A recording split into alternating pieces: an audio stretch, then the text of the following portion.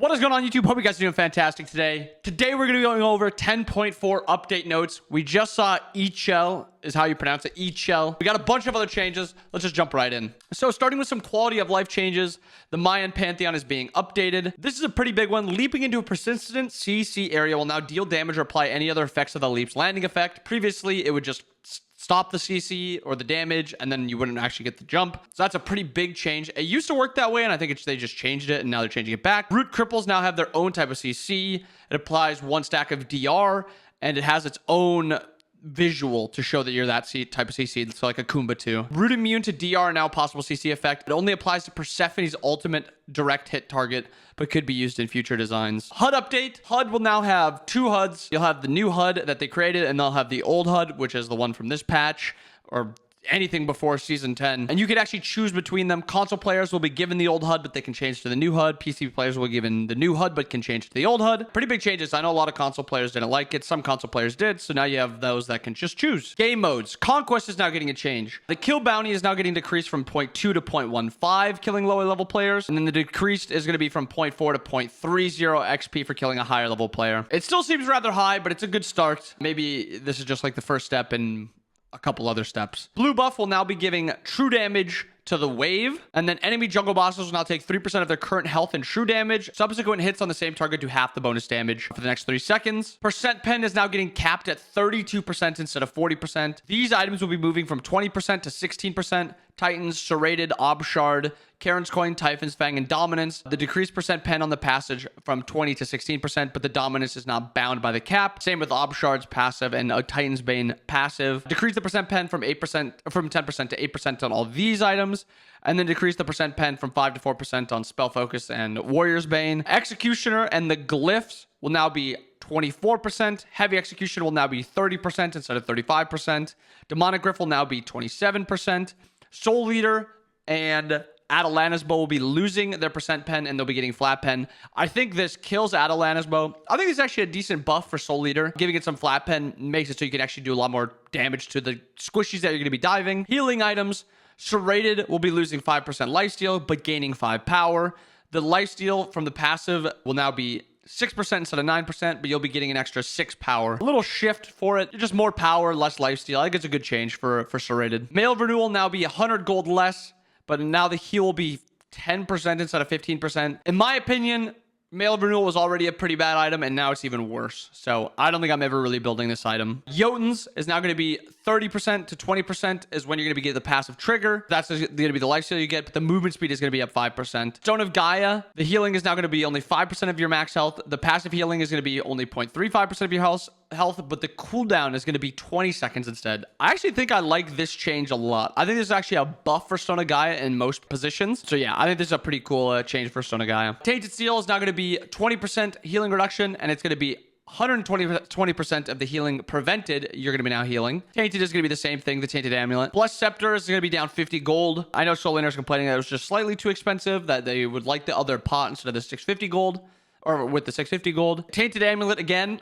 Round Shield is getting slightly more protections. Its tier 1 was pretty bad, so that's a nice change to it. Glad Shield is getting a nice nerf. Soul Laners said they need some buffs, and this is one of them. Arch Druids is going to be getting a slight buff. It's going to be going up about 100 power or 100 damage, and it's going to be going down about 100 gold. I don't think this does anything for the item. I think it's still just too expensive, and it doesn't do enough. I'm not too into Arch Druids even after this buff. Hunter nerfs. Bloodforge is going down 10. I was really curious where this leads hunters to be going. Now, Bloodforge is 10 less power. Devs and Aussie are kind of all in the same spot. Maybe a trans meta because it's 2,500 gold. It gives you a ton of power, gives you cooldown.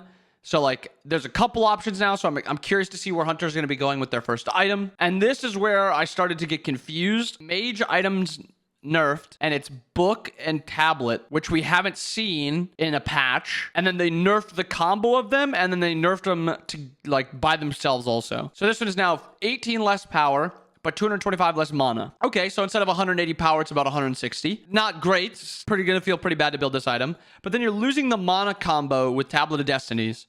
And Tablet of Destinies is also going down to 0.1%. Officially, this combo is killed, and I think both these items are pretty much killed. I don't think you'll be seeing these items at all. Aphrodite nerf. Decrease the protections given to her soulmate from 20 to 20 or 20 to 15. I also heard that this was actually 25%. Don't know if that's true, but if it's 25 to 15%, that's a huge nerf. It's 20 to 15. It's not that bad. The movement speed is the bigger part of this, in my opinion. That 20% movement speed you get around level, I think it's around 13 is when you're going to have it capped in support. You were flying around the map. It made her very hard to catch, and it made her love interest, whatever the word is, that she's her soulmate. That's what it is. It made her soulmate really hard to catch too. Lovebird's getting nerfed also. Cooldown, and then cooldown when you use the item. Also, keep in mind that this applied to both herself and her allies. So instead of this being a 14-second cooldown, it was about a 13 or 12.5-second cooldown. It took about a second and a half off. Now it'll only be taking off about a second. And then the base heal is also going down from 9 to 21 to 7 to 19. The thing is her ult is still busted.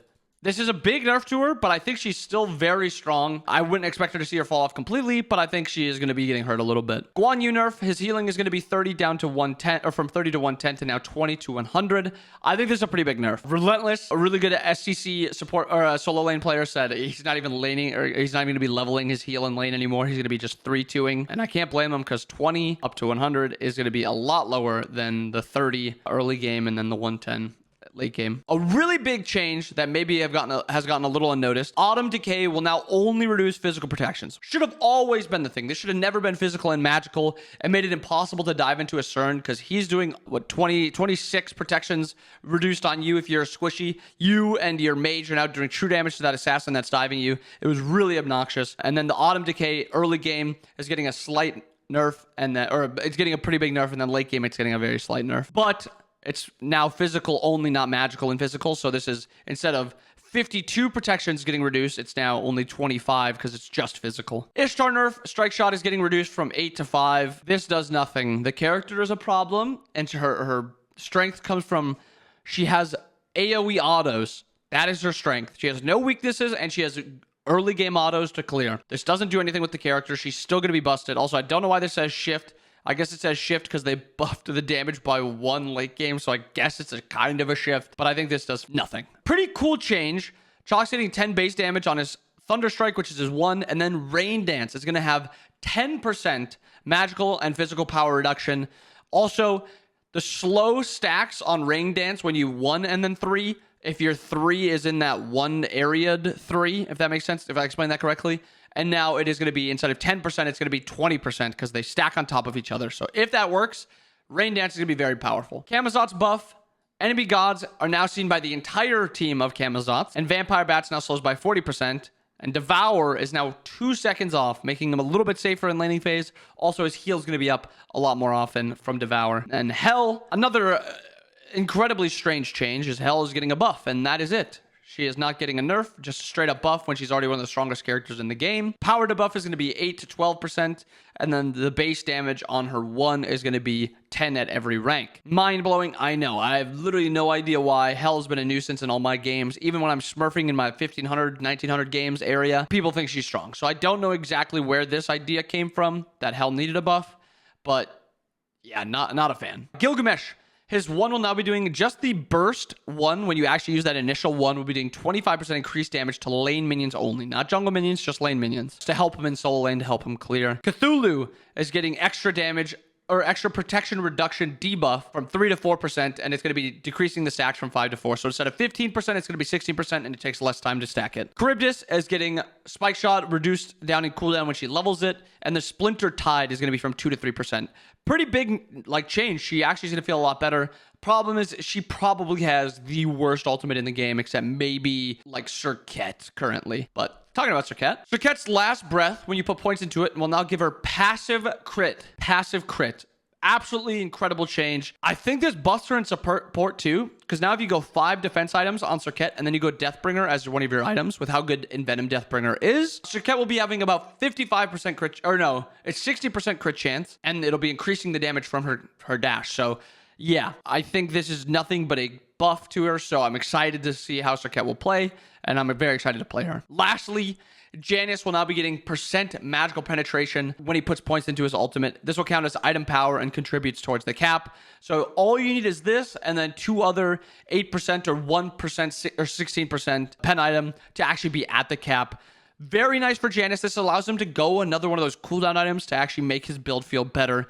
Really cool changes right here. Instead of just buffing like their numbers or changing something about their kit, they went this route, and I actually love that a lot. So very, very excited for these changes. That is patch 10.4 notes. Now let's take a look at the god. So Ixchel's passive is every time Ixchel hits an enemy god or provides an allied god with a beneficial effect, she gains one color of the rainbow, so it has to stack 6 times. Her next basic attack has no movement penalty, is increased in size, and deals bonus damage. 40% of your magical power. Basically, she has a built-in poly. It's not as powerful as poly, but it's a built-in poly that she just gets. So it's just extra damage. And this is what it looks like. No basic attack once she autos. Just like that. No basic attack penalty. And it just does extra damage, and it's wider. Her ability 1, Gleaming Blast, fires a gleaming light ahead of her, dealing damage, piercing minions and stopping on the first enemy god hit. Minis in jungle camps take an extra 40% damage, and hitting an enemy causes this ability to change, which changes into the alternate Threads of Light. Ixchel weaves together strands of light, which fully illuminate after a short delay, damaging enemies in their path. Enemies facing the strands as they illuminate are blinded for 1 second. Enemies hit by the tip of the field where all the strands meet take bonus damage, and on fire, this ability turns back into Gleaming Blast, and the cooldown begins. It's a 6-second cooldown. Here's the 1. So it just fires out. It's a long range ability. Well, it's pretty long range. And then once that happens, it turns into this ability, which is this really cool triangle effect. And at that point, they take extra damage, and they are blinded if they are facing that. Really cool ability. I like how it has 2 different parts. The next ability, Lunar Invocation. Ixchel moves or marks an enemy on the ground, invoking it with lunar energy. After a short delay, the energy explodes, knocking up and dealing damage to enemies while healing allies. This is how the ability looks. It's a moon, supposed to be, and the moon kind of goes from no moon to full moon, and you see it actually heals her, and it knocks up the enemies. A cool thing that Aggro said on the cast when he was doing this was he made it so it's a moon like a Willix who's already in the game, and who benefits more from a knockup than a Willix?